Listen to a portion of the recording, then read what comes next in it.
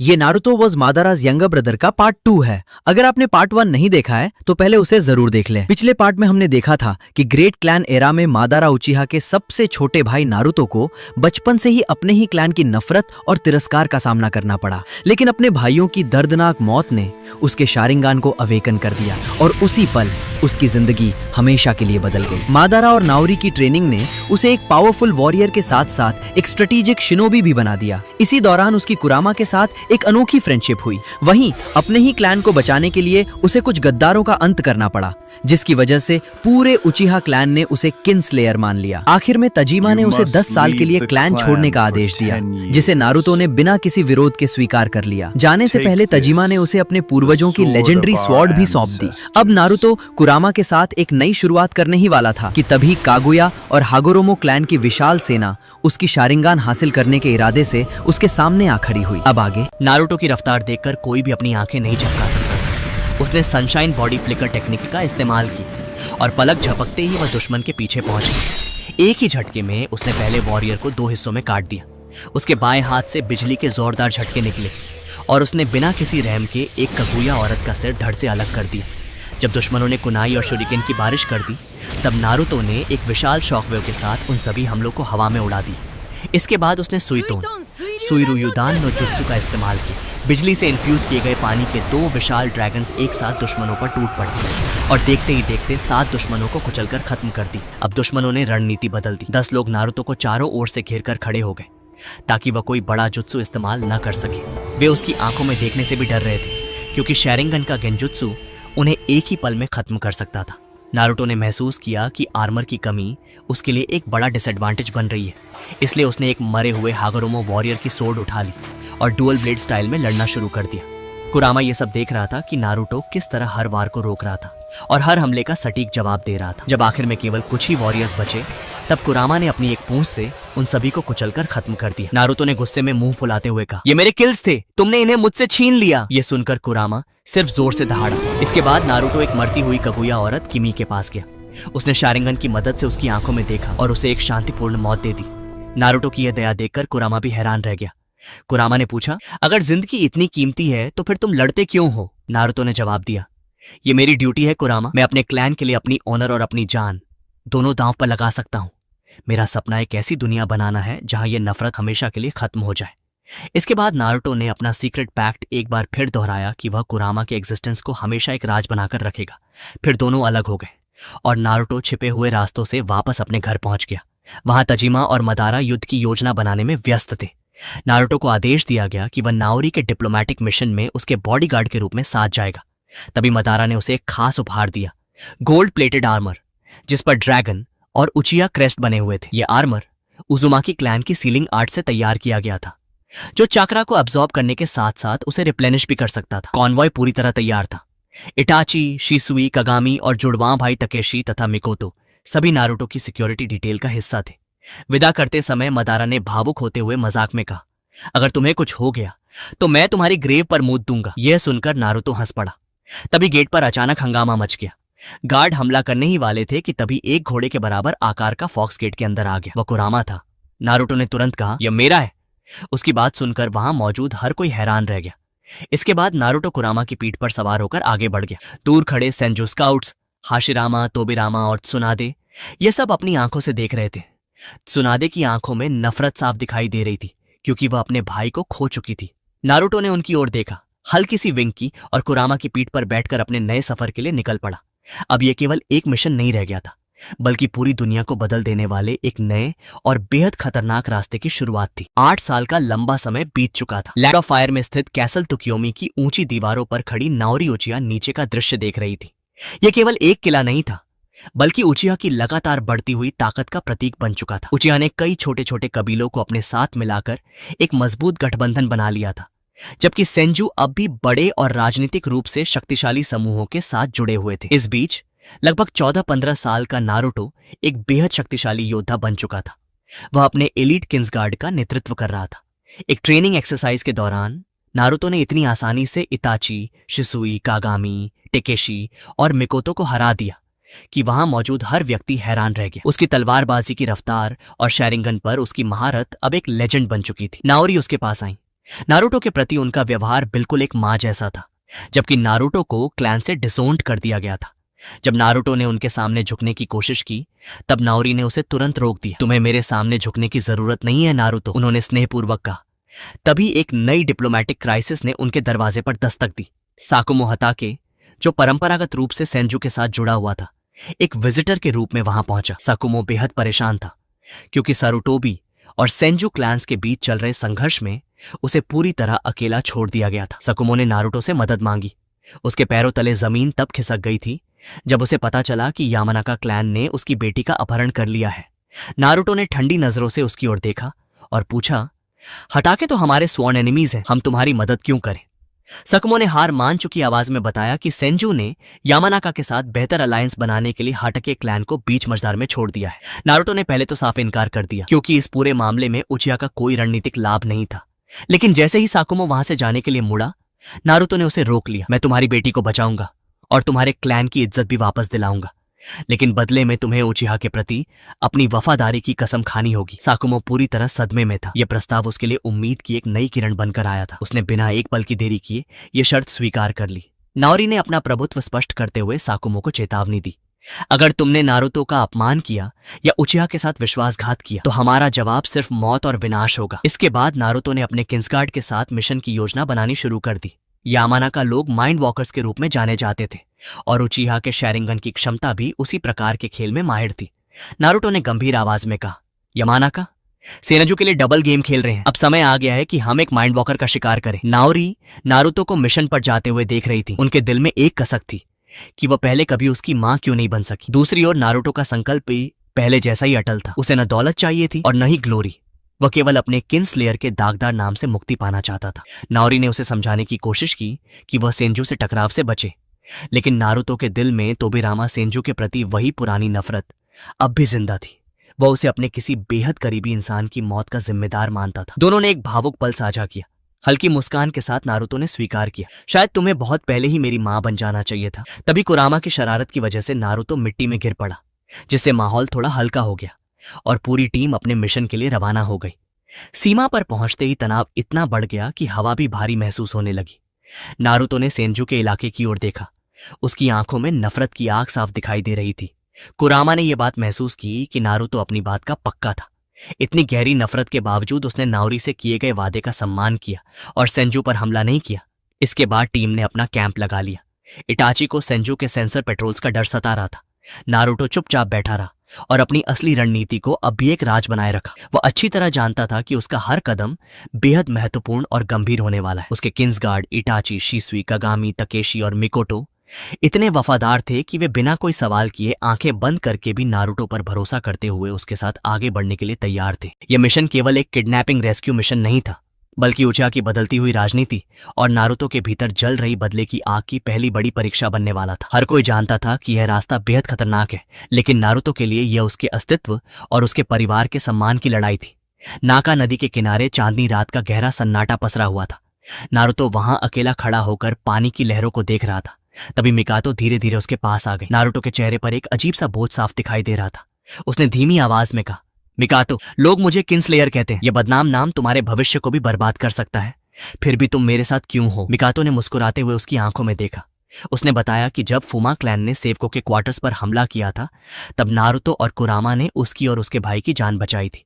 वही यादें थीं जिन्होंने मिकातो के दिल में नारुतो के लिए अटूट वफादारी और गहरा प्रेम भर दिया था। नारुतो का चेहरा, जो ज्यादातर समय पत्थर की तरह कठोर रहता था, उस पर भी हल्की सी मुस्कान आ गई। उसने बड़े प्यार से मिकातो को छेड़ा और दोनों के बीच हल्की फुल्की बातें होने लगी। उस पल एक ऐसा नारुतो दिखाई दे रहा था जो हमेशा अपने भाइयों और अपने साथियों के लिए एक ढाल बनकर खड़ा रहता था। इसके बाद नारुतो ने अपनी पूरी टीम को अपने पास बुलाया और उन्हें इन्फिल्ट्रेशन की रणनीति समझाई। हम नदी के रास्ते जाएंगे और पानी के बबल्स का इस्तेमाल करके अंदर पहुंचेंगे, उसने कहा। शुरुआत में टीम को यह योजना लगभग नामुमकिन लगी, लेकिन नारुतो के आत्मविश्वास के सामने किसी ने कोई सवाल नहीं उठाया। जब वे यामानाका टेरिटरी की सीमा तक पहुंचे तो वहां का नजारा देखकर सभी हैरान रह गए। नारुतो ने पहले से ही पूरे इलाके में साइलेंसिंग सील्स और एंटी डिटेक्शन जनजुत्सु लगा रखे थे। इसके बाद उसने एक विंड जुत्सु का इस्तेमाल करके कुरामा के भीगे हुए शरीर को सुखा दिया, जो कुछ देर पहले तक एक कुत्ते की तरह पानी में पैडलिंग कर रहा था। यह दृश्य देखकर पूरी टीम जोर से हंस पड़ी। प्लान बहुत आसान है, नारुतो ने गंभीर होते हुए कहा। कुरामा एक बहुत बड़ा डिस्ट्रैक्शन पैदा करेगा और यामानाका बैरियर को तोड़ देगा। उसी दौरान हम अंदर इन्फिल्ट्रेट करेंगे। इसके बाद नारुतो ने पूछा कि कुरामा की सहायता करने और उनके एस्केप रूट को सुरक्षित रखने के लिए कौन पीछे रुकेगा। शिसुई ने बिना एक पल की देरी किए अपना हाथ उठा दिया। नारुतो की आंखों में शिसुई के लिए गहरा सम्मान झलकने लगा। उसने महसूस किया कि शिसुई के भीतर एक सच्चे ट्रू निंजा की भावना मौजूद थी। शिसुई अंधेरे में छिप गया और वहीं से देखने लगा कि कुरामा ने यामानाका बैरियर पर हमला कर दिया। उस विस्फोट में निकलने वाली चक्रा की शक्ति इतनी भयानक थी कि पूरा बैरियर ताश के पत्तों की तरह ढह गया। यामानाका के डिफेंडर्स के बीच चारों ओर दहशत फैल गई।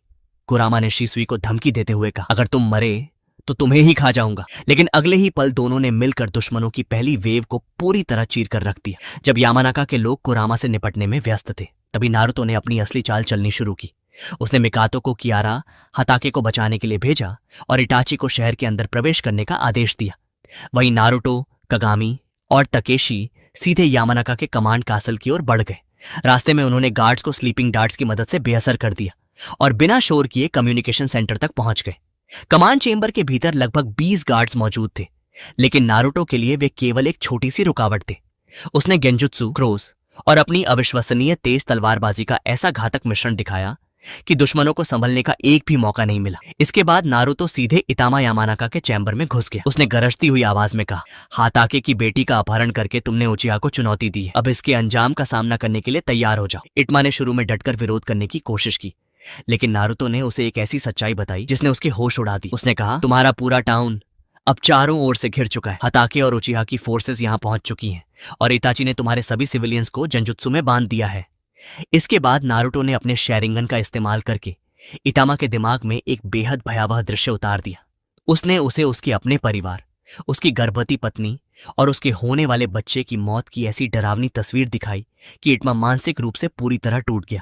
साइकोलॉजिकल वॉरफेयर का यह खेल इतना खतरनाक था कि उसका सारा सांस खत्म हो गया और उसका पूरा शरीर कांपने लगा। नारुतो की उस निर्मम रणनीति के सामने इतामा को आखिरकार घुटने टेकने पड़े। नारुतो केवल एक शक्तिशाली वॉरियर नहीं था, बल्कि ऐसा मास्टरमाइंड भी था जो अपने दुश्मन की आत्मा तक को हिला देने की क्षमता रखता था।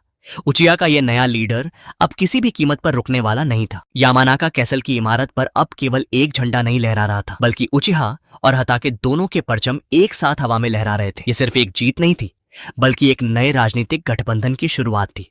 नाओरी उचिहा वहां पहुंची ताकि इस जीत को एक स्थायी शक्ति में बदला जा सके। उन्होंने कियारा हताके को एक बार्गेनिंग चिप की तरह इस्तेमाल किया, जिसके कारण हताके क्लैन का गठबंधन हमेशा के लिए उचिहा के साथ जुड़ गया। ये राजनीति थी, ठंडी, सोच समझकर बनाई गई और बेहद प्रभावशाली। जब नाओरी और नारुतो अकेले थे, तब बातचीत उसकी मां हिकारी पर आ गई। नारुतो की आंखों में वह दर्द साफ दिखाई दे रहा था जो कई वर्षों से उसके भीतर दबा हुआ था। उसने स्वीकार किया कि उसके दिल में मिकातो के लिए गहरा आकर्षण है, लेकिन उसकी जिंदगी इतनी खतरनाक और अकेली है कि वह किसी को भी अपने इस अंधेरे साये का हिस्सा नहीं बनाना चाहता। जब नाओरी ने यह बताया कि ताजिमा नारुतो की सफलता से बहुत खुश हैं, तो नारुतो का चेहरा एकदम कठोर हो गया। उसने ठंडे स्वर में कहा, मैं अपने पिता के लिए नहीं लड़ रहा हूं और न ही इस क्लैन की ग्लोरी के लिए, मैं केवल अपने भाइयों के लिए लड़ रहा हूं।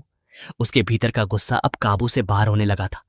वह तेजी से जंगल की ओर भागा। वहां पहुंचकर उसने अपनी सारी निराशा और क्रोध बाहर निकालने के लिए शैडो क्लोन्स की एक पूरी सेना बना दी और बिजली, लाइटनिंग से इन्फ्यूज किए गए हमलों से उन्हें एक एक करके नष्ट करना शुरू कर दिया। जंगल का वह पूरा हिस्सा नारुतो के गुस्से का शिकार बन गया। उसकी हर लाइटनिंग स्ट्राइक उसके भीतर वर्षों से जमा हुए दर्द और क्रोध को बाहर निकाल रही थी। कुछ देर बाद शिसुई ने नारुतो को ढूंढ लिया।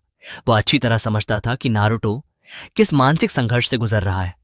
शिसुई ने बिना कुछ कहे अपनी तलवार निकाली और उसके साथ स्पारिंग शुरू कर दी। हर वार के साथ वह नारुतो के भीतर उबल रही ऊर्जा को शांत करने की कोशिश कर रहा था। लड़ते लड़ते शिसुई ने उसके पुराने घावों को शब्दों के माध्यम से फिर से छू लिया। उसने कहा, तुम कब तक इस तरह अपने आप को छिपाए रखोगे नारुतो? एक ट्रू निंजा वही होता है जो खुद अंधेरे में रहता है ताकि बाकी दुनिया रोशनी देख सके। यह सुनकर नारुतो रुक गया और उसने अपने दिल की सबसे गहरी इच्छा सामने रखी। उसने कहा, मैं इस कभी ना खत्म होने वाली लड़ाई को समाप्त करना चाहता हूं शिसुई। मैं चाहता हूं कि मेरे भाइयों के बच्चे कभी भी वह सब न झेलें जो हमें झेलना पड़ा। यही उसका सपना था, एक ऐसी दुनिया जहां लोग बिना डर और बिना किसी भेदभाव के जी सके। लेकिन वह सपना अभी भी बहुत दूर था। इसी बीच इवाशी यामानाका का ट्रायल चल रहा था। चाहे उसके लिए कितनी भी दया की अपील की गई हो, सकुमो हताके ने उसे मौत की सजा सुना दी। नारुतो ने बिना किसी हिचकिचाहट के अपनी तलवार चलाई और इवशी का सिर धड़ से अलग कर दिया। यह केवल न्याय नहीं था बल्कि एक स्पष्ट संदेश भी था। ट्रायल समाप्त होते ही एक मैसेंजर हांफता हुआ वहां पहुंचा और घबराई हुई आवाजों में बोला, सेंजू, सेंजू क्लैन की सेना बॉर्डर पर पहुंच गई है। यह सुनते ही नारुतो की आंखों में अब डर का कोई नामो निशान नहीं था। वहां केवल किलिंग इंटेंट दिखाई दे रहा था। उसका चक्र चारों दिशाओं में एक भयावह लहर की तरह फैल गया। उसने अपने सभी एलाइज को अपने पास बुलाया और गरजती हुई आवाज में कहा, आज इनका आखिरी दिन है, सब तैयार हो जाओ। नारुतो की आवाज में ऐसी शक्ति थी कि उसके पीछे खड़े हर वॉरियर का खून उबलने लगा। युद्ध शुरू होते ही कासल त्सुकियोमी के आसपास का माहौल पूरी तरह बदल गया। वॉर ड्रम्स की गूंज और अलार्म बेल्स की तेज आवाजों ने सिविलियंस के बीच भयंकर अफरा तफरी मचा दी।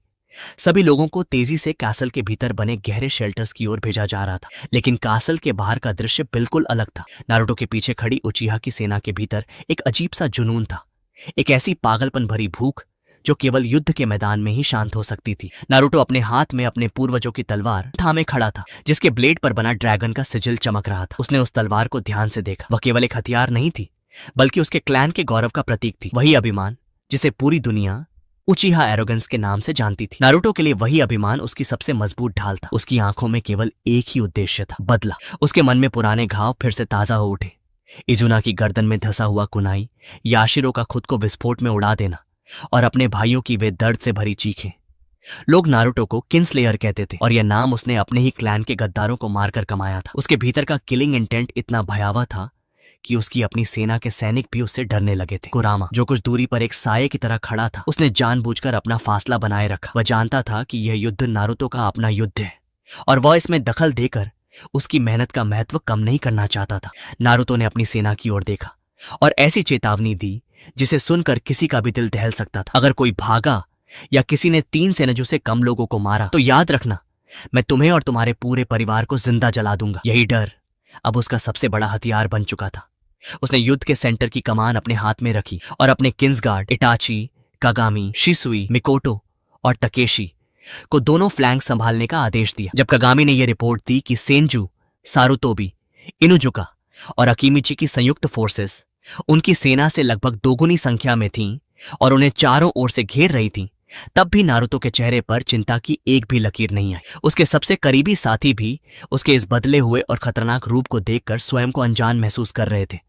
विशेष रूप से तोबिरामा सेनजू के प्रति उसके भीतर जल रहे उस जुनूनी क्रोध को देखकर मिकोतो उसके पास आई। उसने नारुतो को चूमकर बिना कुछ कहे उससे केवल एक विनती की, जिंदा रहना। लेकिन तब तक नारुतो का दिल पत्थर बन चुका था। वह खुद को एक श्रापित और स्वार्थी इंसान मानने लगा था, जो अपने परिवार के लिए पूरी दुनिया को तबाह करने तक के लिए तैयार था। दूसरी ओर तोबिरामा सेनजू युद्ध के मैदान का निरीक्षण कर रहा था। वह अच्छी तरह समझता था कि सेंटर में खड़ा नारुतो सबसे बड़ा खतरा है, इसलिए उसने अपनी सेना को अलग अलग हिस्सों में बांट दिया। हशिरामा का स्पष्ट आदेश था कि यामानाका और हता के क्लैंस के प्रमुखों को जिंदा पकड़कर लाया जाए। तोबिरामा ने स्वयं यह निर्णय लिया कि वह उस किंग्सलेयर का सामना करेगा। उसने अपने छोटे भाई इतामा को एक सुरक्षित स्थान पर भेज दिया, क्योंकि वह मानता था कि इतामा का कोमल स्वभाव युद्ध के लिए उपयुक्त नहीं है। तुका सेंजू ने तोबिरामा से वादा किया कि वह इतामा की सुरक्षा का पूरा ध्यान रखेगा। दोनों भाइयों ने एक छोटा सा भय से भरा पल एक दूसरे के साथ साझा किया और फिर अलग अलग दिशाओं में चले गए। युद्ध पूरी तरह शुरू हो चुका था। इटाची और कागामी ने 7 स्टार बैरियर का इस्तेमाल करके इनुजुका की डॉग आर्मी को अपने जाल में फंसा लिया और उन्हें बुरी तरह काट डाला। शिसुई ने अपने शेरिंगन की शक्ति का उपयोग करके विशाल अकिमिची वॉरियर्स को एक दूसरे के खिलाफ लड़ने पर मजबूर कर दिया। तकेशी और मिकोतो ने फायर स्टाइल का ऐसा भयानक प्रदर्शन किया कि दुश्मन की पूरी सेना धीरे धीरे राख में बदलने लगी। युद्ध के सेंटर में नारुतो का तांडव जारी था। उसने लाइटनिंग रिलीज थंडर आर्मर धारण कर रखा था। वह अपनी तलवार से दुश्मनों को ऐसे काट रहा था जैसे कोई खेत में खड़ी फसल काट रहा हो, और उसके चेहरे पर एक भयावह मुस्कान फैली हुई थी। वह इतामा सेंजू के इतना करीब पहुंच चुका था कि उसकी मौत केवल 1 इंच की दूरी पर थी। तभी तोबिरामा ने एक विशाल चक्र ब्लास्ट छोड़कर नारुतो को पीछे धकेल दिया। उसी समय एक विश्वासघात हुआ। यामानाका के टर्नकोट्स ने अचानक उचिहा की फ्लैंक पर हमला कर दिया। उनका सरेंडर केवल एक छलावा था, ताकि सेंजू की सेना को वहां तक पहुंचने के लिए पर्याप्त समय मिल सके। नारुतो, जिसने अपने दुश्मनों को बहुत कमजोर समझने की गलती कर दी थी, अब चारों ओर से घिर चुका था। उसके अपने साथी उसकी आंखों के सामने मारे जा रहे थे। उसने तुरंत एक लाल फ्लेयर जलाया। वह केवल एक संकेत नहीं था, बल्कि उनके आखिरी कंटिंजेंसी प्लान को सक्रिय करने का संदेश था। नारुतो ने अपने बचे हुए हताके और उचिहा योद्धाओं को तुरंत पीछे हटने का आदेश दिया। उसने गरज कर कहा, तुम लोग चले जाओ, इन सेनजू का सामना मैं अकेला करूंगा। तोबिरामा ने नारुतो की तलवारबाजी को ध्यान से देखा और वह कुछ हद तक उससे प्रभावित भी हुआ। नारुतो उसके सामने आने वाले दर्जनों सेनेजू योद्धाओं को मौत के घाट उतार चुका था। तुरंत हमला करने के बजाय तोबिरामा ने उसके फाइटिंग स्टाइल का बारीकी से निरीक्षण करना शुरू कर दिया।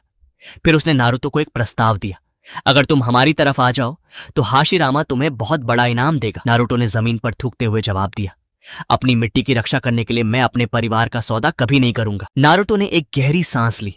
उसकी आंखों में शेरिंगन का लाल रंग पहले से भी अधिक गहरा हो गया था। उसने देखा कि सेंजू की सेना लगातार उसे चारों ओर से घेरती जा रही थी, लेकिन उसका इरादा अब भी अटल था। उसने अपने चाकरा का इस्तेमाल करके बड़ी संख्या में शैडो क्लोन्स बनाए जो बिजली की गति से पूरे युद्ध के मैदान में फैल गए। वे क्लोन्स केवल लड़ने के लिए नहीं बनाए गए थे, बल्कि उनके पीछे एक बड़ा उद्देश्य छिपा हुआ था। उसी क्षण नारुतो के एक क्लोन ने अवसर का फायदा उठाया और इतामा सेंजू को अपने कब्जे में ले लिया। जैसे ही उसने इतामा की गर्दन पर कुनाई रखी, पूरा युद्ध का मैदान एकदम शांत हो गया। नारुतो ने जोर से चिल्लाकर कहा, पीछे हट जाओ, अगर तुम में से किसी ने भी एक कदम आगे बढ़ाया तो यह लड़का मारा जाएगा। मुझे हाशिरामा का लिखित आदेश चाहिए जिसमें वह यामानाका और हातकी के साथ अपना अलायंस तोड़ने की कसम खाए। लेकिन तोबिरामा सेंजू कोई साधारण योद्धा नहीं था। उसकी आंखों में एक ठंडी और पूरी तरह सोची समझी चाल साफ दिखाई दे रही थी। उसने तुरंत एक शक्तिशाली वाटर जुत्सु का इस्तेमाल किया, जिसने नारुतो के उस क्लोन को उसी पानी में मिलाकर पूरी तरह समाप्त कर दिया। इतामा बच गया और नारुतो का सबसे बड़ा ट्रम्प कार्ड उसके हाथ से निकल गया। अब नारुतो फिर से अकेला खड़ा था और उसके सामने तोबिरामा खड़ा था, जो अब अपने पुराने क्रोध में पूरी तरह डूब चुका था। दोनों के बीच भयंकर टकराव शुरू हो गया। नारुतो ने फायर स्टाइल की प्रचंड लपटें छोड़ी तो तोबिरामा ने वाटर स्टाइल की एक विशाल ढाल बनाकर उन्हें तुरंत शांत कर दिया। कुछ ही पलों में पूरा युद्ध का मैदान धुएं और भाप के इतने घने गुबार से भर गया कि किसी को कुछ भी दिखाई नहीं दे रहा था। तभी नारुतो ने एक बेहद चतुर चाल चली। उसने कवारिमी यमात सब्स्टिट्यूशन जुत्सु का इस्तेमाल किया। तोबिरामा को लगा कि उसने नारुतो को पकड़ लिया है, लेकिन वास्तव में वह केवल एक क्लोन था। असली नारुतो वहां से पहले ही निकल चुका था और उसने तोबिरामा को उसकी अपनी ही सेना के हमलों के बीच छोड़ दिया। सेंजू के वॉरियर्स ने अनजाने में अपने ही कमांडर पर हमला कर दिया। इस अचानक हुए हमले में तोबिरामा बुरी तरह घायल हो गया। उसी समय नारुतो उसके पास पहुंचा और उसने अपनी तलवार तोबिरामा की गर्दन पर रख दी। उसने कहा, पीछे हट जाओ, वरना आज तुम्हारे कमांडर का सिर इसी धरती पर गिर जाएगा। अपनी बात की गंभीरता साबित करने के लिए नारुतो ने अपनी सबसे अनमोल धरोहर, अपने पूर्वजों की तलवार डॉन, जमीन पर फेंक दी और उसे सेंजू के हवाले कर दिया। यह ऐसी कुर्बानी थी जो हर कोई नहीं दे सकता था। मजबूर होकर सेंजू की सेना को पीछे हटना पड़ा। नारुतो वापस यामानाका सेटलमेंट पहुंचा, जहां नाओरी अब भी लड़ रही थी। वहां पहुंचकर उसने अपनी आंखों से देखा कि विश्वासघात का परिणाम कितना भयानक होता है। नारुतो ने यामानाका क्लैन के प्रमुख इतामा, जो उस क्लैन का लीडर था, को ढूंढ निकाला। उसने उसके हाथ पैर तोड़ दिए और उसे एक खंभे से बांध दिया। इसके बाद उसने बिना किसी दया के उसे जिंदा जला दिया। आग की वे भयंकर लपटें बहुत दूर तक दिखाई दे रही थी। वह केवल एक सजा नहीं थी, बल्कि पूरी दुनिया के लिए एक ऐसी चेतावनी थी जो यह बताती थी कि उचिहा के साथ विश्वासघात करने का अंजाम क्या होता है। यह दृश्य देखकर यामानाका के बचे हुए योद्धाओं ने भय के मारे अपने हथियार जमीन पर फेंक दी। नारुतो वहीं खड़ा था। उसने युद्ध तो जीत लिया था, लेकिन उसकी आंखों में जीत की कोई खुशी नहीं थी। उसने महसूस किया कि उसके अपने लोग, यहां तक कि उसके क्लैन के सदस्य भी अब उसे डरने लगे थे। उसने युद्ध तो जीत लिया था, लेकिन इस जीत की कीमत पर वह अपनी आत्मा कहीं खो चुका था। उधर सेंजू के हेडक्वार्टर्स में भी अलग ही हलचल मची हुई थी। हाशिरामा, त्सुनादे और अनुभवी कोडा सभी यंग ड्रैगन यानी नारुतो के बारे में चर्चा कर रहे थे। त्सुनादे का क्रोध अपने चरम पर था। वह चाहती थी कि नारुतो को तुरंत मौत के घाट उतार दिया जाए, क्योंकि उसने तोबिरामा को बंदी बना लिया था। लेकिन हाशिरामा ने अपना हाथ उठाकर सभी को शांत कर दिया। उसकी आंखों में अब भी पुरानी दोस्ती की भावना बाकी थी। उसने शांत लेकिन दृढ़ स्वर में कहा, मैं मदारा के छोटे भाई का खून नहीं बहाऊंगा। हाशिरामा का उद्देश्य केवल एक पीस इनिशिएटिव था। उसने आदेश दिया कि पूरी सेना राजधानी की ओर मार्च करेगी, ताकि वे केवल तोबिरामा को बचा ही ना सके, बल्कि नारुतो के साथ बैठकर बातचीत और नेगोशिएशन भी कर सके।